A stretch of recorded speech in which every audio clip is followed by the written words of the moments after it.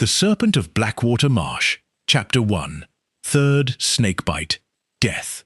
The telegram reached Baker Street on the morning of the 9th of August in the year 1888, at a season when London had grown too warm for Holmes's temper and too dull for his purposes. He had spent the better part of a fortnight in a black mood I knew well, refusing 3 cases as beneath his notice, playing at his violin until Mrs. Hudson gave notice of her own displeasure through the ceiling, and reading the agony columns of 5 newspapers with the close attention other men give to their bankers' letters. I had begun, privately, to dread the state he might work himself into before something worth his attention came along. Something did. He read the telegram once, laid it beside his coffee cup, and read it again, and I saw the boredom go out of his face like a light put out. "Listen to this, Watson." He read it aloud, word for word, as it had come off the wire. "Third snakebite death stop coroner content stop. I am not stop. Can you bring Dr. Watson by the 7:15? It is signed Blythe," he said. "Do you know a Blythe?" I did. Joseph Blythe had been a police constable in Essex some years before, when I had set his arm after a fall from a hay cart near Colchester. On my way back from a fishing holiday, I had otherwise little cause to remember. He had sent me a card every Christmas since, and once a basket of samphire that my landlady at the time had not known what to do with. I had not thought of him in a 12-month, and I said as much. "He is the coroner's officer now, out on the Essex marshes," I added. "A steady man, not given to fancies as I recall him. He set his own arm crooked twice, trying to be brave about it, before he'd let me touch it properly. And yet he is not content, though his coroner is." Holmes tapped the paper against his knuckles, turning it this way and that, as though the wire itself might yield more than its words. 3 snakebite deaths in one summer, Watson, in a county where the books tell me the common viper kills perhaps 1 man in 10 years, and generally a child or an invalid at that. A man who is not given to fancies, and who troubles to say so at a shilling the word, has a reason for it, and I should like very much to know what that reason is before some country jury buries it with the body. He was on his feet before I had finished my egg. "We shall want the Bradshaw." He was down again in a moment with a battered green railway guide and an untidy fold of newspaper cuttings, which surprised me until I remembered that Holmes read the country papers as other men read the racing news, for the small paragraphs nobody else troubled over, and kept a private index of them in a manner I had long since given up trying to follow. "The first was in June," he said, spreading the cuttings across the marmalade dish. "A smallholder named Enoch Tidd, found on a path in Blackwater Marsh at first light, dead of a bite to the ankle. The county surgeon called it misadventure, and nobody asked him twice, for a dead labourer on a marsh is not news that sells papers in London." The second was in July. Walter Sallow, another smallholder, found the same way, on the same sort of ground, at very near the same hour of the evening. I marked the paragraph at the time and thought no more of it.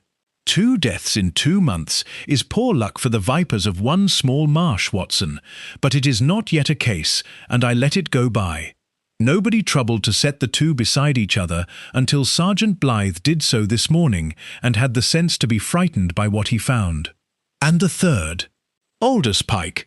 I do not yet have his history, but I mean to have it by dinner, and I have a suspicion already that will not please the gentlemen who own the land thereabouts. He folded the cuttings away into his notebook with the neat, quick motion I had watched him make 1,000 times.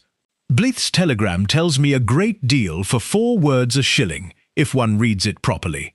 It tells me a local jury has already been shown a dead man and a snake's reputation and gone home content. It tells me we are wanted before the burial, which means there is still a body to look at, and not much time left to do it in. And it tells me, though it does not say so in words, that Blythe thinks I shall need you rather more than he will need me." I said something about being glad to be of use, and Holmes gave me one of his rare, direct looks, the kind that always caught me a little off my guard. You will be of more use than you know, Watson. A country coroner will hear a doctor from London before he will hear a detective from anywhere, and I have a strong notion that the whole of this case may turn upon a doctor's eye before it turns upon anything of mine. Go and pack your bag, bring your calipers and your patience, for I think we shall want both before the week is out. I packed in 10 minutes out of long habit, while Holmes stood at the window in his dressing gown, finishing a pipe he had no real time to finish, watching the street below with the particular stillness he kept for the moments just before a case began in earnest. We were in a cab within the half hour, rattling down a Baker Street already warm with the close, low heat of an August morning in town, past drays and costermongers' barrows, and a crossing sweeper who touched his cap to Holmes by name, for there was scarcely a corner of London that did not know him in some fashion or other. Holmes said little on the way, turning the telegram over once more in his gloved fingers, as though it might have grown a fresh line of ink since breakfast. At the station, he took our tickets, spoke a low word to a porter about the platform, and stood a moment reading the destination board, as though it might tell him something the telegram had not. Essex, he said at last. Flat country, Watson. A hill throws a shadow a man may hide in or be caught by. A marsh only shows you what it chooses, and keeps back the rest, and asks no man's leave to do either. We came onto the platform with 4 minutes to spare, which for Holmes was as good as an hour, and had barely settled into an empty compartment when the guard's whistle sounded, short and sharp, and the platform began to slide backward past the glass, taking London with it. Chapter 2. The 7:15. The train cleared the last of the London roofs within a quarter of an hour, and the fields began, wide and green and cut across with hedges going silver in the morning haze. Holmes had taken the seat facing the engine, his hat pushed back, his long legs stretched across the compartment, his eyes on the window and not, I think, on the fields at all. I have said, in the writing of this case and others, that we came onto the platform with 4 minutes to spare. I find, on checking the matter years afterward against one of Holmes's own old notebooks, that it was very nearly 6, and that I have told the story the shorter way so often, for the sake of the drama in it, that I set it down here again from habit before I caught myself. It is a small thing, and I mention it once, here, and shall not trouble the reader with it again. Now, Holmes said, when the last of the suburbs had given way to open country, let us have the case in order, for both our sakes. You have heard half of it in scraps over breakfast, and I have not yet told you the whole, nor, I confess, worked the whole of it out to my own satisfaction. He told it as he liked to tell things on a train, in short, even sentences, with no wasted motion in them, and I set my notebook on my knee, as I had learned to do on 100 such journeys before. Blackwater Marsh lies on the Essex coast below a village called Cudmore, a stretch of leats and wet ground that has belonged to the commoners of that parish since nobody living can say when, by a right older than most of the deeds that are supposed to have replaced it. They graze their beasts on it in summer, under that old right, and cut sedge for thatching, and burn what peat they are permitted, and it is worth very little in money to anyone who cannot use it in that fashion. 2 years ago, a company calling itself the Blackwater Drainage and Improvement Syndicate began buying up the manorial rights around the marsh, meaning, in time, to drain it entire and sell it off as farmland at a very handsome profit. They cannot drain it, however, while the commoners hold their grazing rights over it, for the law is plain enough there, even where the parish is poor, and the commoners will not sell those rights cheap, having little else to sell. So the syndicate has been buying what pieces it can, a manor here, a lapsed right there, and waiting on an option that matures, I am told, at Michaelmas. And the dead men? Are commoners, Watson, every one of them, and men who mattered to the parish rather more than most. Enoch Tith and Walter Sallow held grazing rights on the marsh, as did Aldous Pike.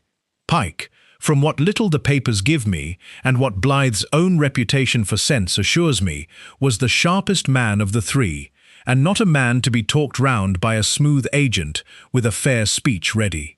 He had gone so far as to lodge the commoner's case with a solicitor in Colchester, to have the syndicate's option challenged in law before it could mature at all. He died, Watson, in the very week that challenge was to be heard. I sat with that a moment, watching the hedges run by.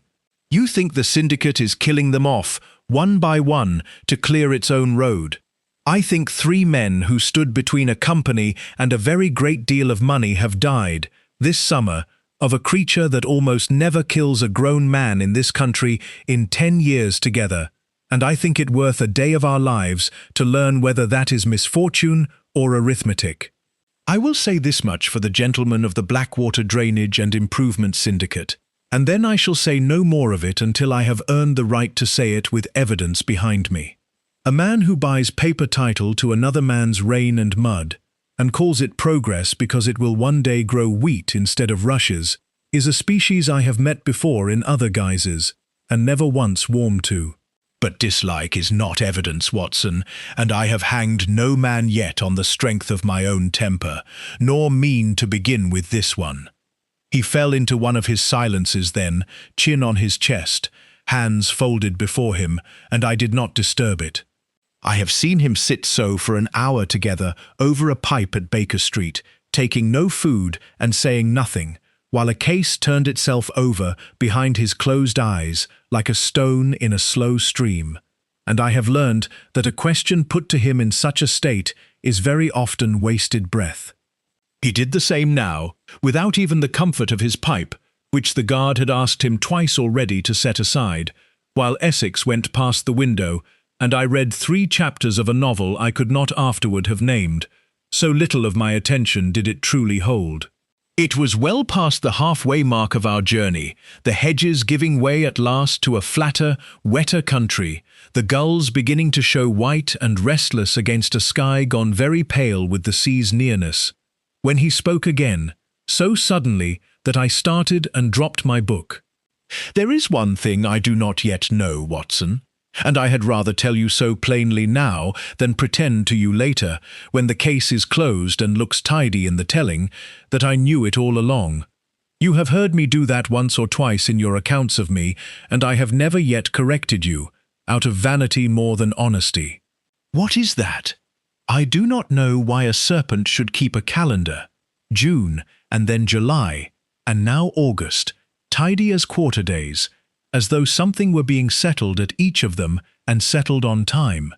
A snake does not consult an almanac, Watson. A man does.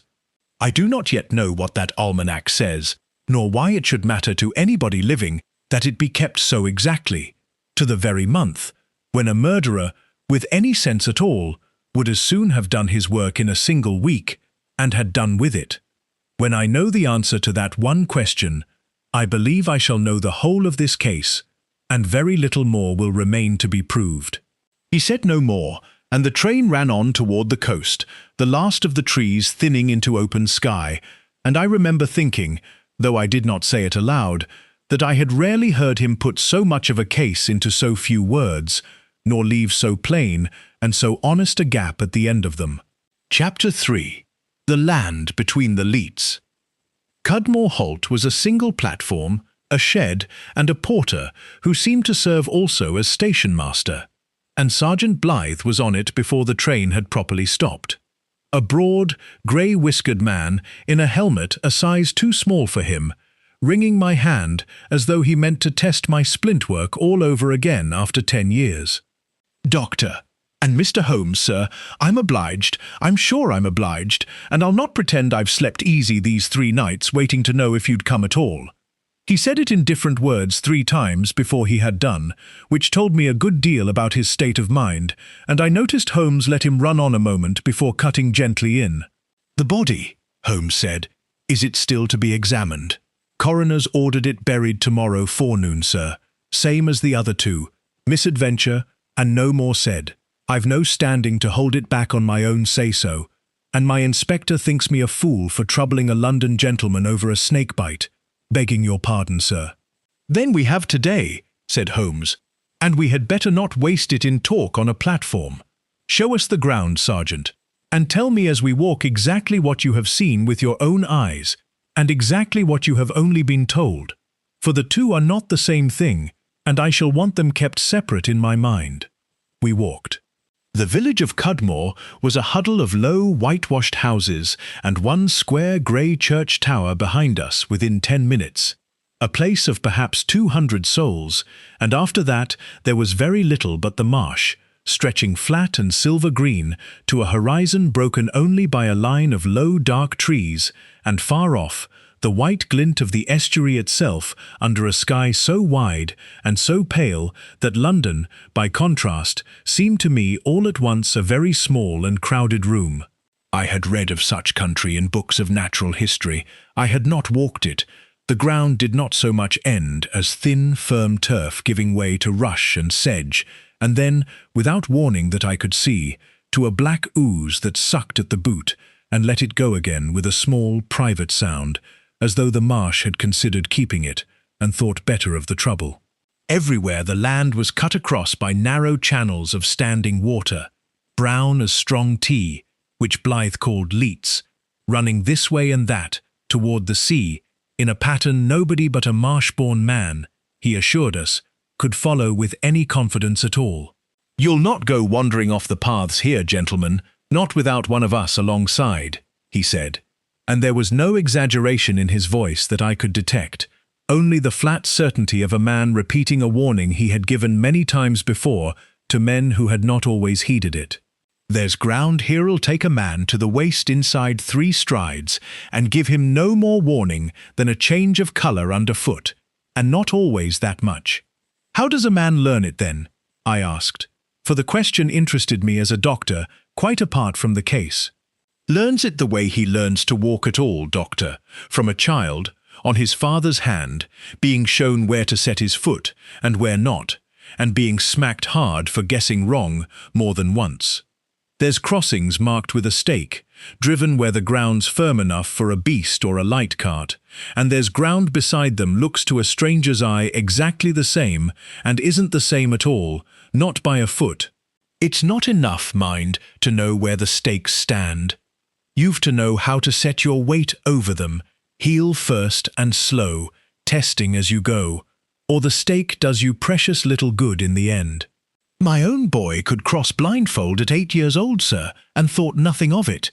I've known educated gentlemen, surveyors and the like, stand at a marked crossing with the map in their own hand and go into the knee for want of the trick of it, which no map can teach a man." Holmes had stopped and was looking out over the flat, bright water with the close, patient attention I had learned over the years to respect above almost any other quality in him. "And the paths themselves? Beaten ground along the drier tops, sir, where the sedge grows tall enough in most places to stand above a man's waist and hide him entire if he's a mind to crouch. We call them the reed paths hereabouts, though it's sedge and bulrush growing along them as much as any true rush. They wind about the leats, following the firmest ground the marsh allows, and there's no crossing the place at all after dark, except by knowing them by heart, one stake and one turning at a time. That was the first time I heard the name that fixed the place in my mind ever after, and I set it down here rather than pass over it lightly, since it will come again before this account is finished, though I have kept a careful count of how often, wishing to be plain rather than picturesque in my telling of it. Holmes had out his watch. "Where did Pike fall?" "This way, sir. Not a half-mile as the crow goes, though the path winds a good deal more than that." We walked it, Holmes counting his own pace under his breath and consulting his watch at the start and again at the end, so that by the time we reached the spot, he had it fixed to the minute. 11 minutes from the last cottage of Cudmore to the place where Aldous Pike had died, walking at an ordinary pace with a companion, and perhaps 8, he judged, if a man hurried alone and knew the ground. The spot itself told a plain doctor very little at first glance. A stretch of beaten path, no different from 20 yards of it either way. Sedge, standing tall and pale green on both sides. a leat running black and quiet not 6 feet off under a low bank of reed, and, pressed into the peat at the path's soft margin, where the firm ground gave way, the print of a boot half filled already with brown water and beginning to lose its edges to the weather. Holmes went down on one knee beside it without a word, studying it a long while from more than one angle, and then stood and looked out over the marsh in the direction of a low grey roof, just visible above the tallest of the sedge beds, perhaps 400 yards to the east.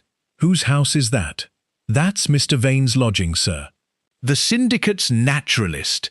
He takes rooms out here for the whole of the collecting season, being a gentleman as studies the birds and the lesser creatures of the marsh for his own learning, and for the syndicate's benefit too, I don't doubt, though it's beyond a plain policeman like me what good it does either party." "Does he keep late hours on the marsh?" "Dusk mostly, sir, for the wading birds come in to feed then, and he'll be out with his net and his lamp of an evening, most fine evenings through the summer. You'll see his light on the water sometimes after dark, and folk hereabouts have taken it, more than once, for something else entirely." "For the serpent," said Holmes. Blythe's broad face lost a little of its colour, the way a sensible man's will when he is asked to say aloud what he has half believed all his life and been ashamed of believing. "There's talk of a serpent in this marsh 100 years old and more, sir, older than any living soul in Cudmore, and older than the church tower behind us if the old people are to be believed at all. Thick as a keel, they say, moving through the leats in the last light of an evening, and no honest man has ever laid a hand on it or found so much as a track of it by daylight. I've never set eyes on it myself, and I don't say I believe it, being a policeman and paid not to. But there's 3 dead men this summer, sir, and not a soul in this parish that doesn't think, somewhere at the back of his mind, of the old tale when he hears how each of them died." A boy of perhaps 12 came along the path toward us just then, driving 3 lean sheep before him with a switch of willow, and Blythe hailed him by name, a Cudmore lad called Davy, whose family grazed their few beasts on the marsh under the same old right as the dead men had held. "Davy here minds his father's sheep out this way most evenings," Blythe said, "and knows the ground as well as any grown man in the parish." "Do you ever see the light on the water of an evening?" Holmes asked him, in the easy, unhurried tone he kept for children and old countrywomen alike, a tone I had noticed served him nearly as well as any of his more famous methods. "Most fine evening, sir, over that way, toward Mr. Vane's lodging." The boy pointed with his switch toward the low grey roof. "My father says it's only the gentleman at his collecting, and I believe him, mostly, though I'll own I don't linger out here past dusk if I can help it, whatever my father says." "And did you ever see it nearer this spot, or nearer where Mr. Tidd or Mr. Sallow were found?" The boy considered this with the grave care children bring to a question they sense matters more than it appears to. "Not before this summer, sir, not that I recall. It kept over by his own lodging mostly, till a month or 2 back. This year it's ranged about a good deal further, and my mother says that's why the beasts have been uneasy at dusk, though I never yet saw the serpent itself, only ever the light and the wake it leaves after." Holmes thanked him gravely, as though he had been given evidence in a court of law, and let him go on his way with his sheep, and said nothing more upon the matter until the boy was well out of hearing. "There, Watson, in the mouth of a child who has not the least notion of what he has told us, is a fact worth more than an hour's cross-examination of a grown witness with something to hide. A light that has kept close to one man's own doorstep for 2 seasons together, and has only this summer begun to range across the whole marsh, following, I do not doubt, exactly the ground it needed to cover to make each death look of a piece with the last." We walked on then to the 2 other spots, Holmes timing each distance from the village and from Vane's own lodging with the same close care he had given to the first, until he had, by the time the light began to fail us, a plain table of minutes and yards that placed every one of the 3 deaths within an easy, unhurried walk of that single grey roof among the sedge, and placed them nowhere within any such easy reach of Silas Rudge's hut, upon the marsh's farther edge. "We shall leave the serpent to the old people for the present," Holmes said at last, folding his notebook away, "and attend instead to this boot print, which is a rather more honest witness than any legend, and does not embroider itself with the telling. Watson, I think it is time you earned your railway fare." Chapter 4. Calipers against protest.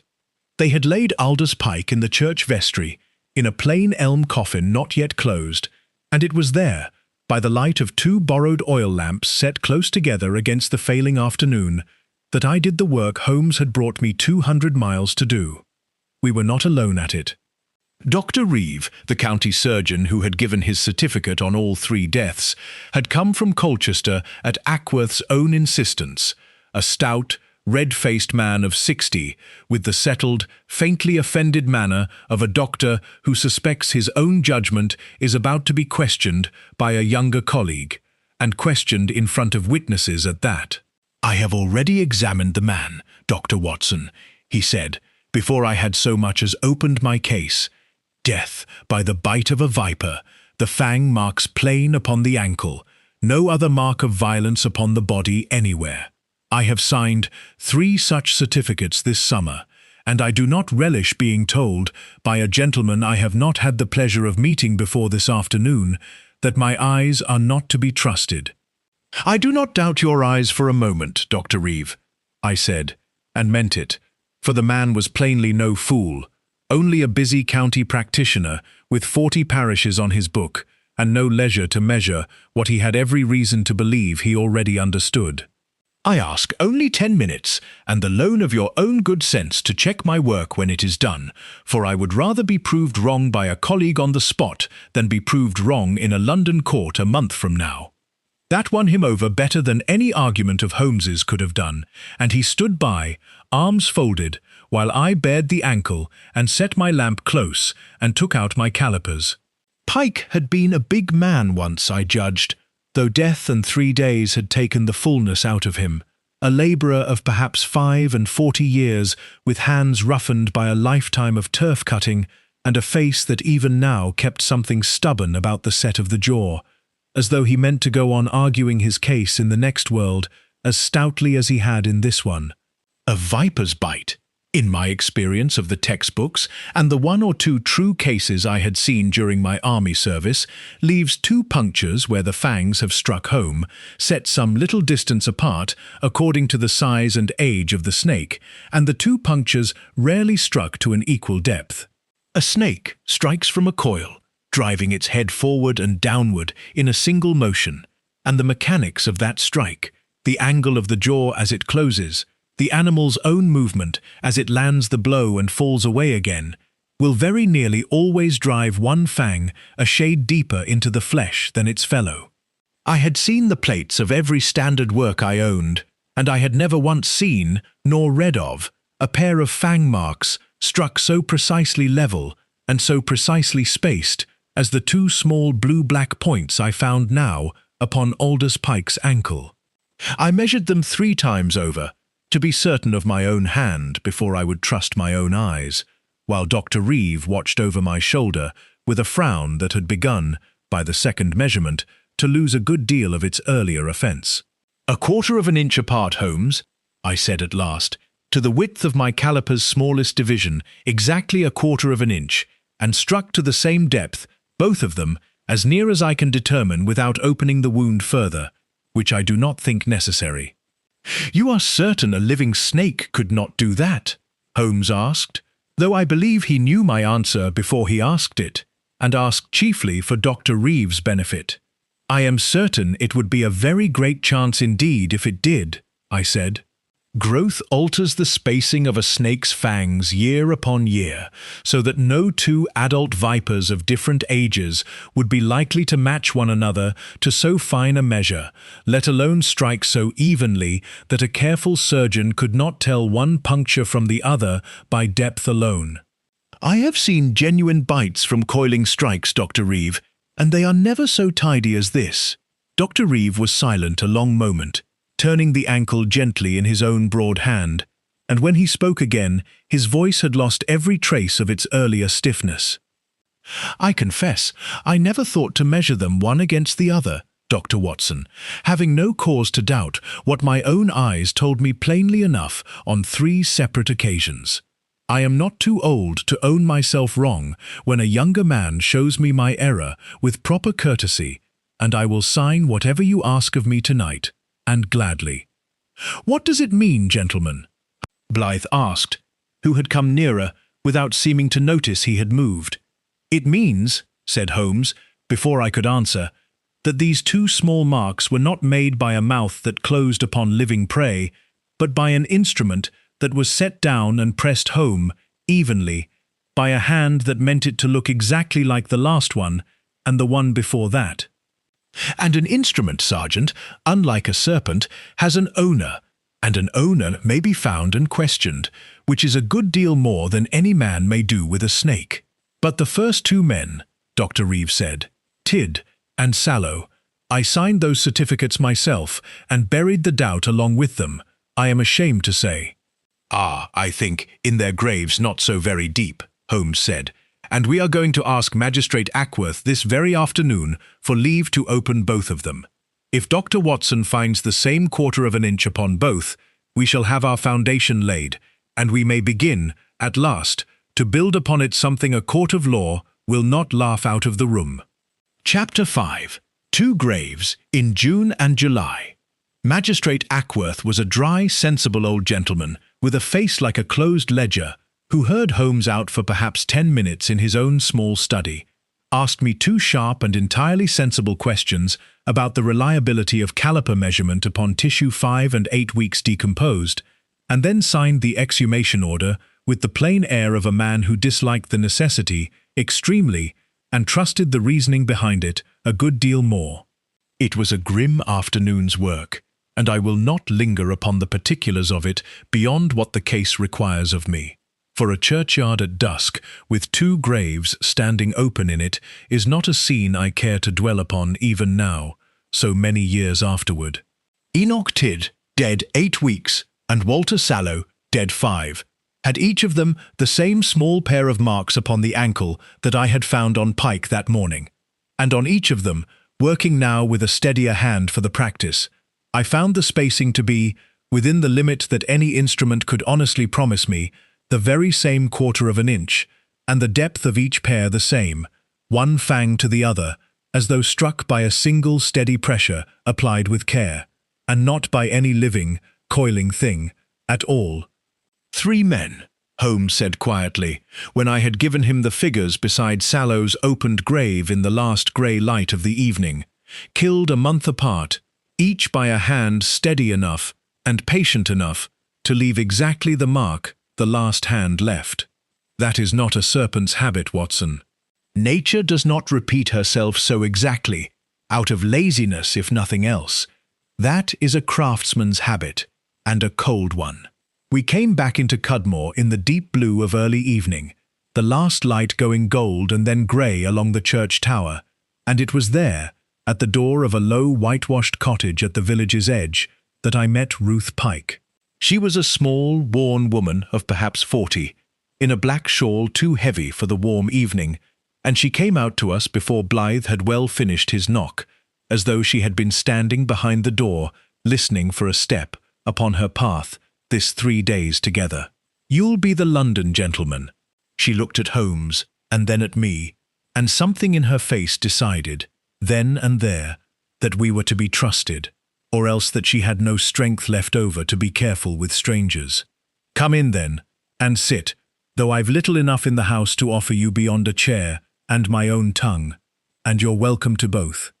We sat in her small, scrubbed kitchen, a kettle singing low on the hob though nobody moved to use it, and she told her husband's last days in her own plain words, without much order to them, and without once stopping to weep, though I judged from the redness about her eyes that she had done a great deal of that already, and had none left over for strangers from London. "Aldous wasn't a man to go looking for trouble, sirs. Whatever the village will tell you now, he's not here to speak for himself. He held his rights, same as his father before him, and his father's father. And when the syndicate's men come round talking soft about buying him out, offering fair money they called it, he told them straight he'd sooner starve on this marsh than sell what wasn't rightly his alone to sell. It belongs to the whole parish, he'd say, and no one man has the right to give away another man's grazing for a handful of gold he'll spend and be poor again inside the year. She paused, smoothing her apron with a hand that would not quite keep still. It was after Enoch died that he took it up proper, the fighting of it, I mean.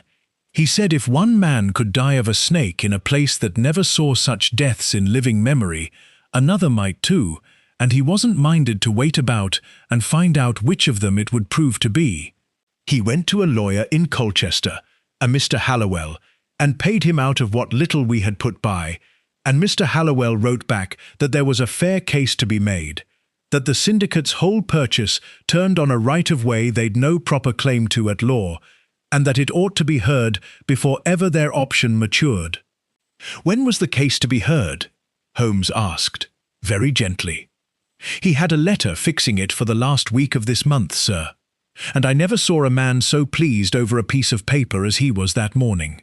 He read it out to me twice over breakfast, and again to Sergeant Blythe here in the road, and to anyone else that would stand still long enough to listen. And a week later he was dead upon the reed path, same as poor Walter before him, and I'll not believe till my own last day that a snake did it, not with Aldous knowing every foot of that marsh since he was a boy of 6 years old, better than any snake that ever lived upon it. Was there anyone he had quarrelled with? Holmes asked, over the grazing, or over anything at all, however small. Her face changed then, closed a little in the particular way of a woman who has already settled an answer in her own mind, and is ashamed of how readily it comes now to her lips. There's Silas Rudge you'll hear spoken of sooner or later, sir, so I'd as soon you heard it first from me plain, as from the village, where they'll make a good deal more of it than there ever truly was. He's an eel man, lives out on the marsh edge alone, and has done these 20 years, and he'd an old score with Aldous over a boundary stake moved, years back now, before ever I married into the family, and there were words between the two of them not a month before Aldous died, loud enough the whole street heard it clear through the walls. I don't say Silas did it, Mr. Holmes, I say the village has already half decided that he did. On no better evidence than a loud voice and a face they've never taken to, and I'd not want you gentlemen from London deciding the very same on my account, for I don't believe it of him myself, whatever else he is, and I've known him longer than most. It was, I thought at the time, and have thought many times since, a remarkably fair-minded thing for a new-made widow to say of a man the whole parish had already condemned in whispers, and I noticed even then that Holmes seemed to think a good deal of her for the saying of it, though he made no remark upon the matter until we were well clear of the house and walking back toward the sluice through the gathering dark. Chapter 6. The Fellow of Two Societies. The syndicate, it transpired over our modest supper at the inn, had called a public meeting for that very evening in the long room above the sluice, meaning, Blythe told us with a certain grim humour, not entirely unlike Holmes's own, to reassure the parish that Aldous Pike's death changed nothing whatever in the syndicate's plans, and ought to alarm nobody with any sense left in his head. Holmes decided within the minute that we should attend, and put down his knife and fork with an alacrity I had rarely seen him show for a plate of cold mutton. A gathering, Watson, is a rare gift to a man in our position, and I have learned never to refuse one. One does not often get the whole of a case into a single room and a single evening, and I mean to make the most of the chance while it is offered us. The long room was full when we came in, perhaps 40 souls upon hard wooden benches, lamplight yellow and close-on weathered faces, and a smell of pipe smoke and wet wool that told me plainly most of the company had come straight off the marsh or the fields without troubling to change. At the head of the room, behind a plain deal table, sat a smooth, well-dressed man of perhaps 50, who rose when the room had settled and introduced himself, in a voice pitched exactly for such an audience, as Josiah Prentice, agent for the Blackwater Drainage and Improvement Syndicate.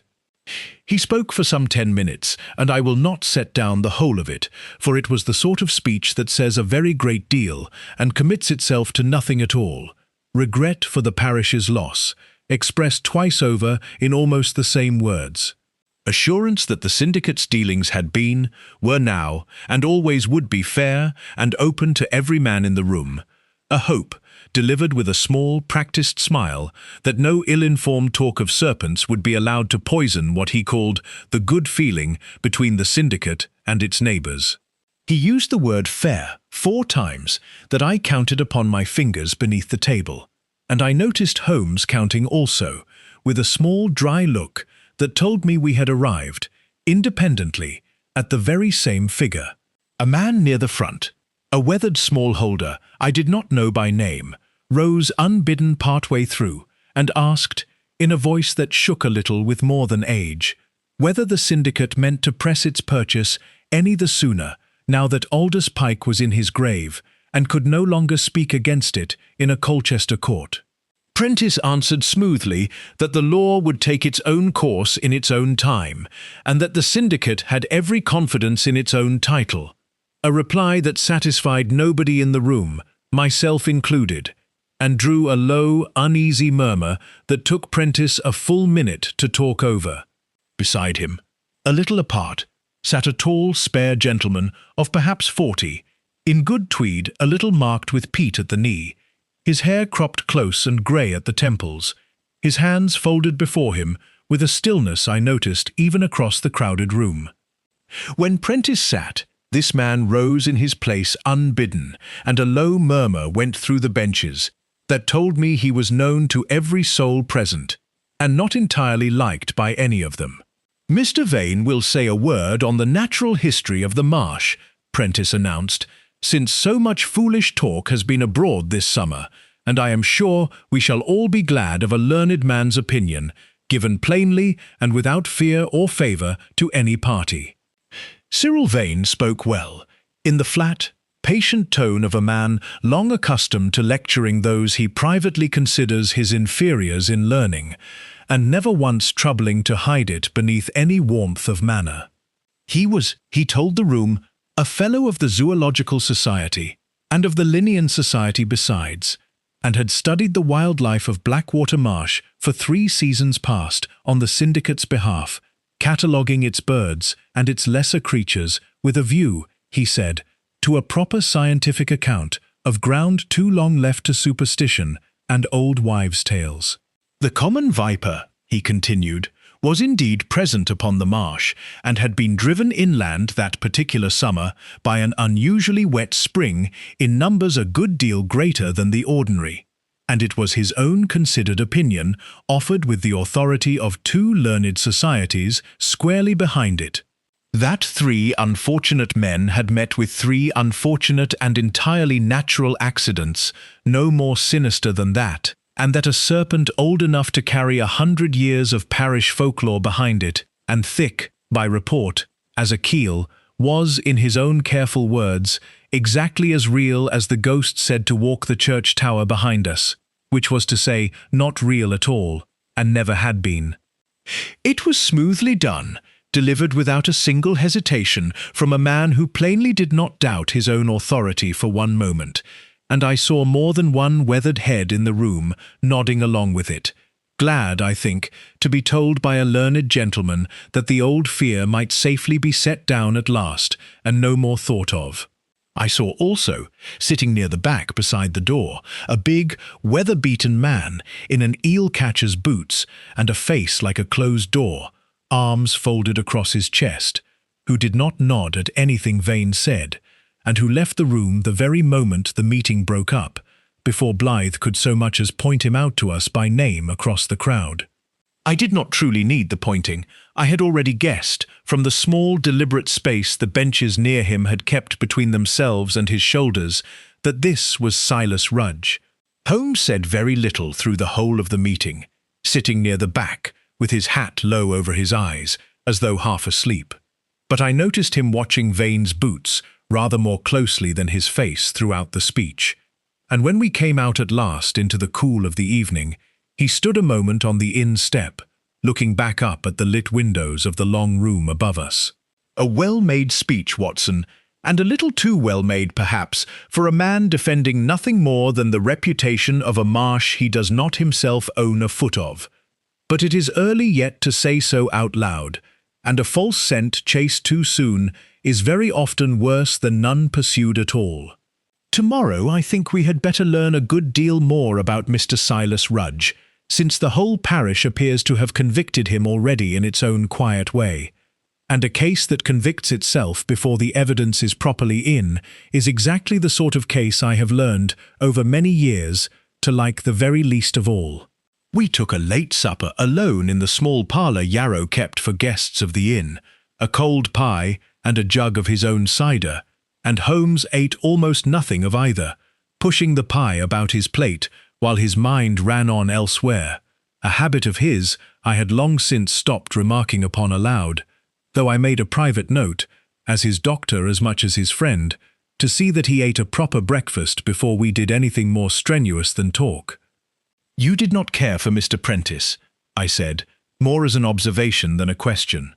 "I have met 100 Prentices, Watson, in 100 boardrooms, and I own myself no fonder of the type with each fresh acquaintance.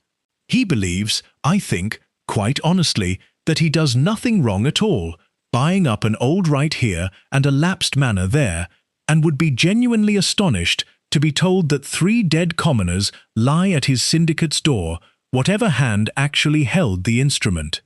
It is Vane I watched tonight, not Prentice, and it is Vane's boots I mean to think about a good deal more before I sleep."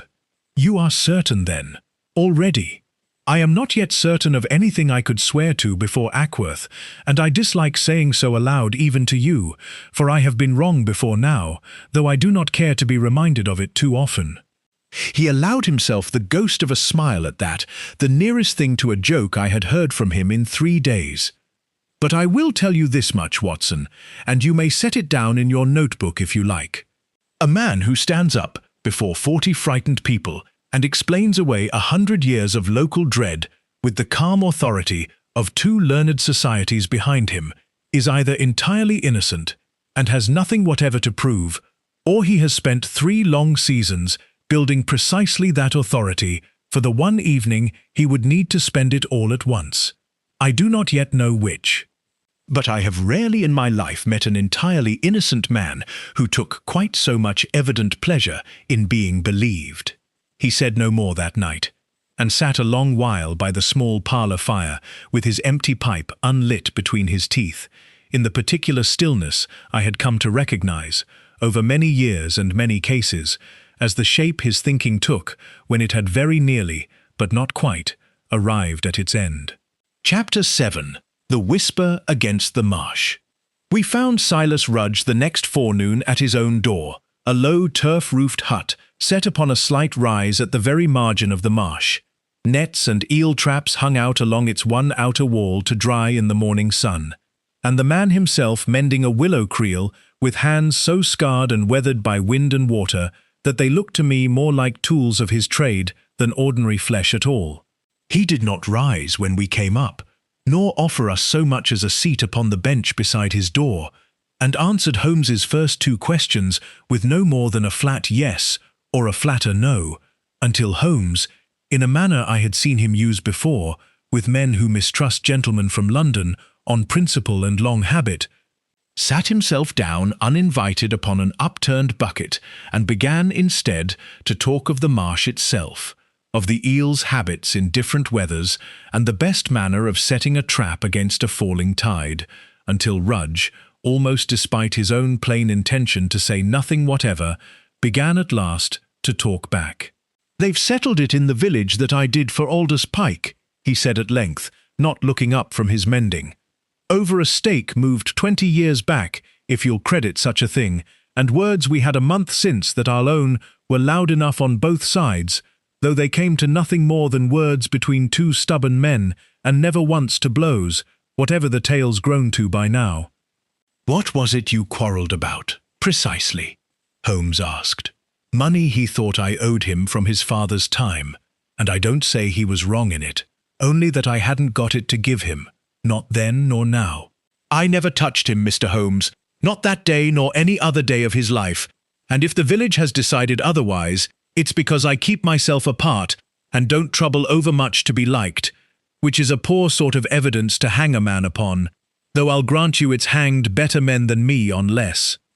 Where were you, Holmes asked, upon the evening Walter Sallow died? At the sluice, same as most Tuesdays of my life, from 6 till gone 11, and Tom Yarrow will tell you so, along with a dozen others of the parish, for it was market week, and the room was as full as I've seen it. We walked to the sluice directly upon leaving him, and Tom Yarrow, a broad, honest-faced landlord who plainly had no particular love for Rudge and even less taste for telling a lie to a policeman, confirmed it without the least hesitation. Silas Rudge had been under his own roof, in full sight of a crowded taproom, from before 6 o'clock until well past the hour at which Walter Sallow was believed to have died, some 3 miles off across the marsh, a distance no man could have walked and returned within the time, let alone in the dark. And the third death, Holmes said, as we came away from the inn, the death of Pike himself. I think we shall find Rudge accounted for there also, if we trouble ourselves to ask properly, for a man who is innocent of the second death has very little reason to invent himself a false alibi for the first, and none at all left to be careless about the third. He was proved right, as I had long since learned to expect of him in such matters. Rudge had been 3 miles up the coast at Colne Market, on the very day Enoch Tidd died in June, a fact half the parish could have confirmed at a moment's notice had anyone troubled to ask before now, and upon the evening of Pike's own death he had been, by the sworn word of his own nearest neighbour, laid up in his bed with a badly turned ankle, and quite unable to walk the marsh at all that night, or for 3 nights following. There is your false solution laid bare, Watson, Holmes said as we walked back toward Cudmore in the strong midday sun, built entire out of an old grudge over a moved stake and a face the village has never cared to warm to. It explains the quarrel neatly enough, and it explains nothing else whatever, and a theory that accounts for 1 fact out of a dozen is worth exactly as much, in the end, as no theory at all. Rudge could not have killed Sallow, being seen elsewhere by a room full of honest witnesses at the very hour it was done, and a man who did not kill the second victim did not kill the first or the third either, for the very same steady hand made all 3 wounds, to the very same 1/4 inch. We have spent a morning proving an innocent man innocent, which is never truly wasted time, whatever the impatient may say of it, but it has cost us a day we did not have very much of to spare. Then who, Holmes? A man, said Holmes, who need not trouble to invent himself an alibi at all, because nobody in this parish has yet thought to ask him for one. A man who is expected, and even paid, to be out upon the marsh at dusk, with good and public reason given for it, 3 seasons running now. A man whose boots, Watson, I noticed rather particularly last night in that crowded room, though I said nothing of it to you at the time, wishing to be certain of my own eyes first. Chapter 8. The Otterboard and the Iron Heel. Vane's waders, Holmes said, as we walked back out, toward the place where Pike had died, are fitted at the heel with a small iron plate, of a kind wildfowler's, used to save the leather against hard ground and broken shell. I saw the shape of it plainly enough beneath the deal table last night, low down, where a lecturing man forgets that his own boots are still in view of a watchful stranger. I have seen its twin, or very near it, pressed into the peat, not 6 feet from the very spot where Aldous Pike breathed his last. We went back to that spot within the hour, Blythe with us now in place of Rudge, and Holmes, down upon his knees again at the path's soft margin, found what he sought within a very few minutes' careful search, a second print, half hidden beneath a fallen stem of last year's growth, showing plain at its heel the small, distinct mark of an iron plate set deep into good leather, a mark no ordinary marsh boot in the parish would ever be found to carry. Watson, does a wading bird come readily to a lit lamp after dark? Not that I have ever heard or read, no. nor I, in any book I have troubled to open on the subject. Yet Blythe tells us, Vane's light is seen out upon the marsh most fine evenings, and the parish has read it, poor frightened souls, as the serpent's own eye moving across the water. I begin to think a lit lamp carried after dark serves a serious collector very poorly indeed for the taking of sleeping birds, which do not come to light at all, but serves a very different purpose extremely well, that of a man who wishes to be seen abroad at a certain fixed hour, doing a perfectly innocent and well-known thing, while he does another thing entirely in the last true daylight, well before he ever troubles to strike that lamp at all. We laid the whole of the matter before Magistrate Ackworth that same afternoon in his own small study, the boot print and its iron heel, the puzzle of the calendar that Holmes had carried with him from the train, the plain coincidence of a naturalist's late hours and 3 dead men's dusk, and though the old gentleman heard us out with a good deal more caution than enthusiasm, turning his pen over and over between his fingers as he listened, he granted, in the end, a warrant to search Vane's lodging that same evening on the strength, he said dryly as he signed it, of Dr. Watson's calipers a good deal more than any theory of serpents and drainage syndicates that a London detective might care to offer him. We went out with Blythe and 2 constables as the light was beginning at last to fail, that low, golden hour when the marsh turns from silver to copper and the first mist begins to gather along the leats, and found the lodging shut up fast and Vane himself absent, out upon his evening rounds, the landlady told us at her own door, as he was most fine evenings, and not due back before full dark. His study, a small back room, fitted out along every wall with specimen cases and stoppered glass jars, gave up its secrets readily enough to a lawful and thorough search. In a locked drawer beneath the window we found a slim brass instrument I did not at once recognize for what it was, a sprung lancet of the kind naturalists use to take blood from small living creatures for study, save that this one had been fitted, with a craftsman's own patient care, with a true pair of viper fangs set at a fixed spacing I did not need my calipers laid upon it to guess at from 6 feet away. Beside it stood 2 small glass vessels, carefully stoppered and labelled in a neat scientific hand, that I judged from the dried residue within them had once held venom, drawn and reduced by some slow, careful process for later use.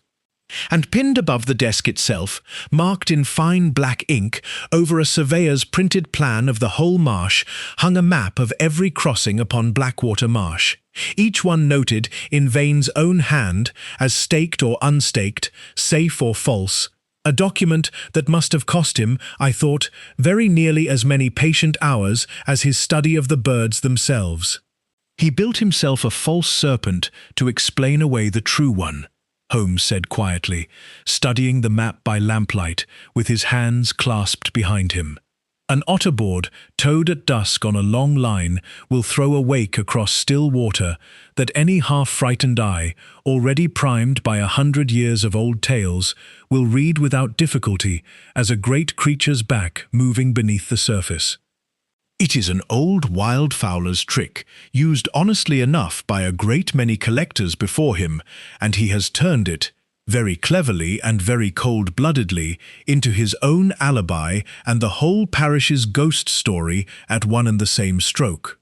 It was at that moment, with the lancet still resting in Holmes's open palm and the last light going grey and then blue at the small window, that we heard the outer door below and a firm step in the passage, and turned as one to find Cyril Vane standing in his own doorway, looking at the 3 of us in turn, and at what lay open upon his own desk, with a stillness that told me, more surely than any outcry could ever have done, that whatever game had been his to play was very nearly over.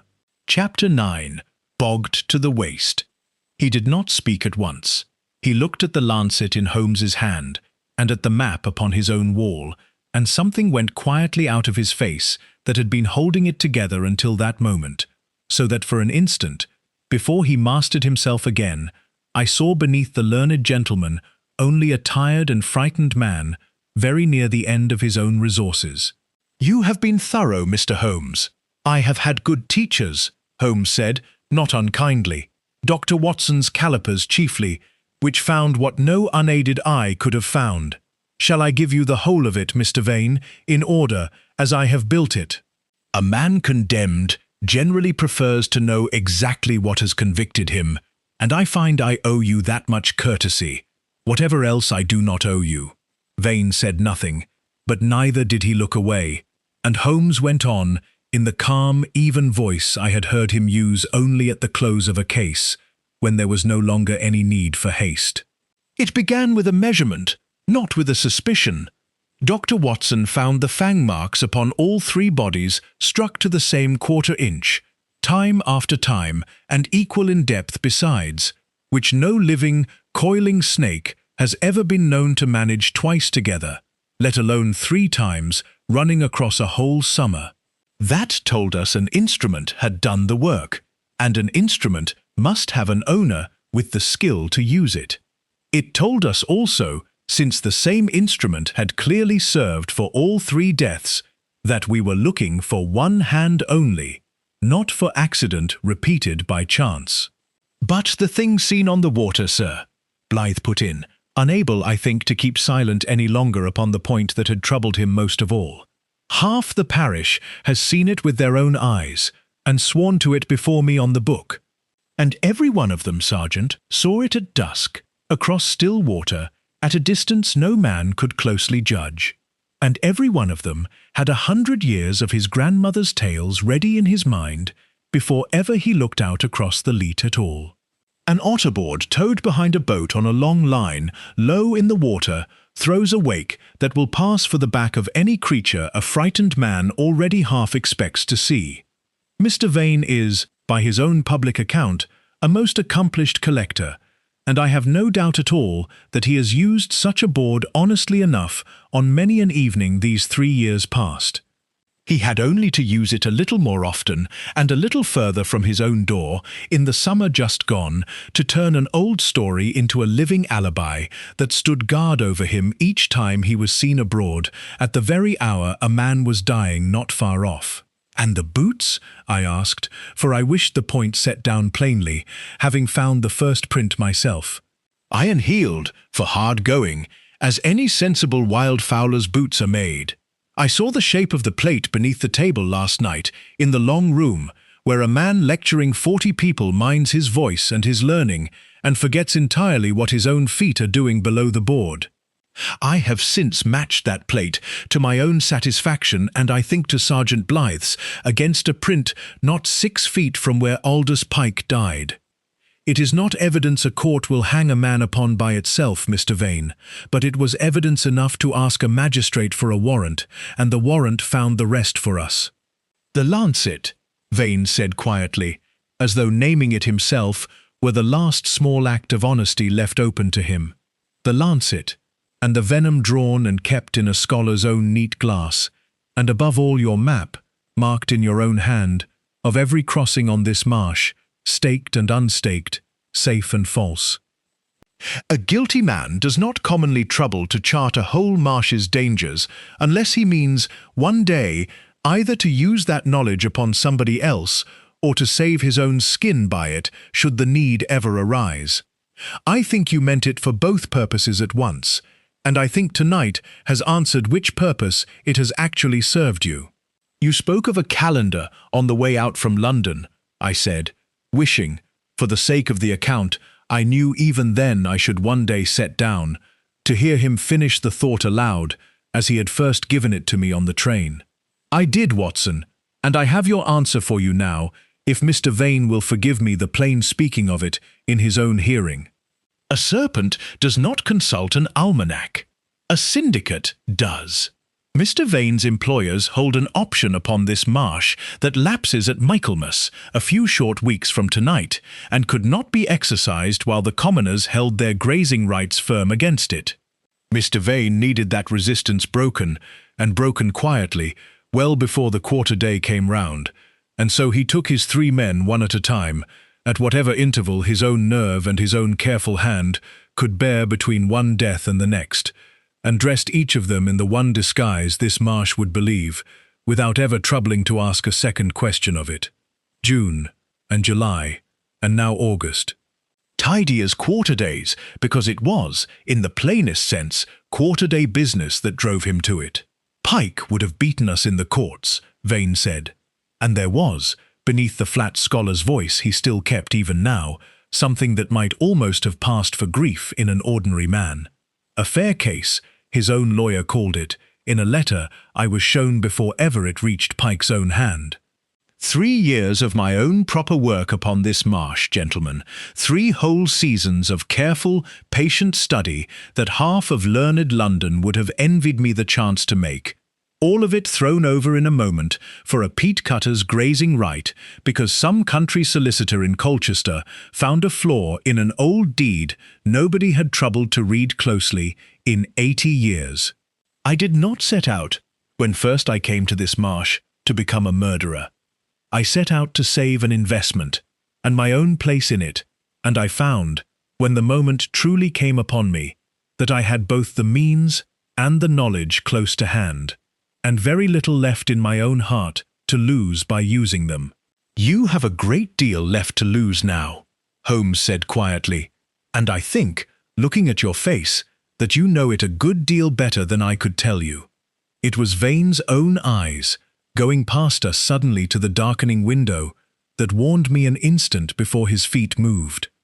He was out through the door before Blythe's 2 constables had well understood what was happening before them, across the small garden at a dead run, and over the low fence, making not for the village, but out onto the open marsh itself, where the last grey light was going fast now, and the tall sedge stood black and rustling against a paler, fading sky.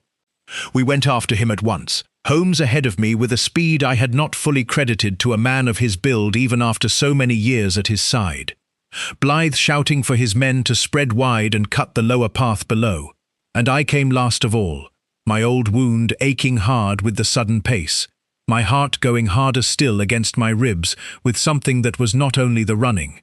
Vane knew the marsh, none better living, and for 100 yards or more he held his lead easily enough, choosing his footing with a scholar's own careful precision along ground he had mapped out with his own patient hand over 3 long seasons. But a map is knowledge set down on paper, and knowledge of that kind, I understood even as I ran, is not at all the same thing as the trick of it learned young, at a father's steadying hand, foot set heel first and slow over ground that gives a man no second chance if he guesses wrong. He came, in his own rising panic and the failing light, to a crossing his own careful map showed staked and entirely safe. A crossing, I believe, he had marked out and kept in good repair for the safe passage of witnesses who might one day need to be seen crossing it easily and well in daylight, and never once for his own use in headlong flight, at speed, in the near dark, with fear working against his own good judgment at every stride. He set his foot wrong.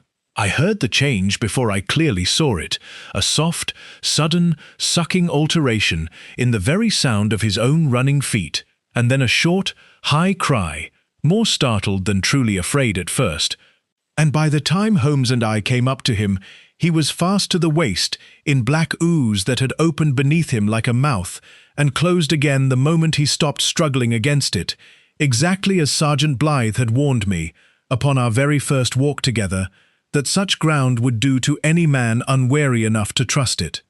He did not struggle long once we reached him. A man who fights that ground only sinks the faster for his own effort, and I think some part of the careful naturalist in him understood as much, even through his fear. For he grew still at last, breathing hard, while Blythe's constables came up with a wooden hurdle and a good length of rope and worked him free, inch by patient inch, over the better part of a quarter of an hour, filthy through and shaking and entirely spent by the time they had him safe upon firm ground once more. They found the lancet case upon him even then, sealed carefully in oilskin against the wet, and carried in the creel upon his own back, as though he could not, even in the last extremity of flight, quite bring himself to leave behind the one small instrument that had made him, for one long summer, master of a marsh that had known, in the end, his own careful tricks a good deal better than he had ever known its true and stubborn nature. Baker Street, that evening some 10 days later, was full of its ordinary evening noise below the window, cabs and costermongers, and the lamplighter's own unhurried step along the pavement, and Holmes sat by the glass with his old briar pipe at last relit.